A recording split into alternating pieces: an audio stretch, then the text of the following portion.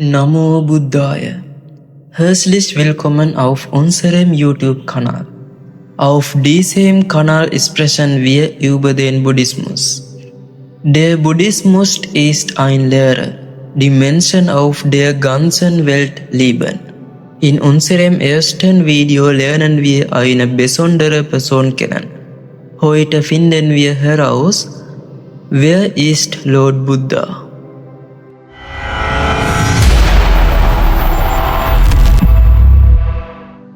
Wer ist Lord Buddha? Der Buddha war ein freundlicher Mann. Er lebte vor sehr langer Zeit. Er wurde als Prinz geboren, aber er verließ seinen Palast. Er wollte verstehen, warum Menschen leiden. Er war kein Gott, er war ein Mensch. Ein Mensch, der sehr weise wurde. Die Menschen nennen ihn Buddha. Das bedeutet, der Erwachte.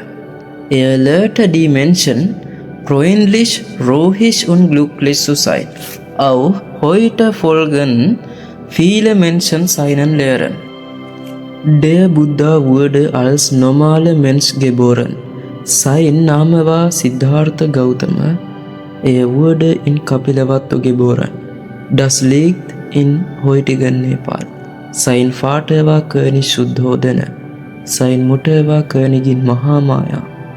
Siddhartha wuchs glücklich in seinem Palast auf. Viele Jahre später war der Buddha erleuchtet.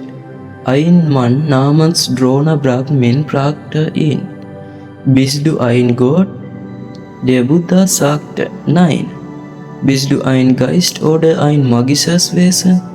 Der Buddha sagte wieder Nein. Dann fragte Drona Brahmin: Was bist du dann? Der Buddha lächelte und sagte: Ich bin wie eine Lotusblume.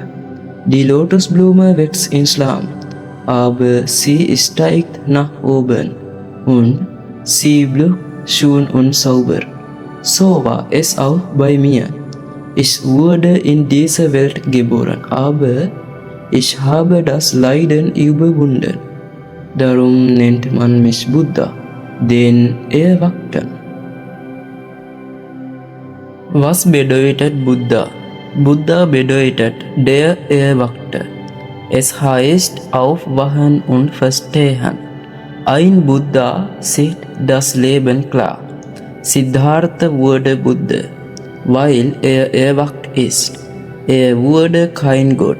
Er hatte keine Zauberkräfte. Er verstand das Leben. Er verstand das Leiden und er fand den Weg zum Frieden.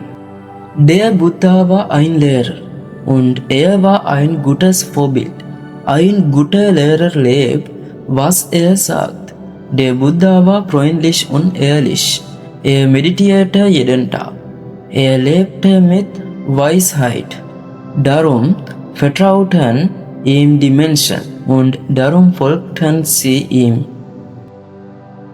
Auch heute, nach mehr als 2500 Jahren, inspiriert der Buddha Menschen auf der ganzen Welt. Nicht wegen Magie, sondern wegen seiner Weisheit. Er zeigte den Weg zu Frieden und Glück. Seine Botschaft ist einfach. Leiden kann enden, Frieden ist möglich und jeder kann diesen Weg gehen. Der Buddha lehrte uns zu üben, nicht nur zu beten oder zu verehren. Er sagte: Glaubt nicht blind, prüft alles selbst. Er lehrte uns selbst zu helfen. Die Weisheit liegt in unserem eigenen Herzen. Der Buddha sagte: Sei dir selbst ein Licht.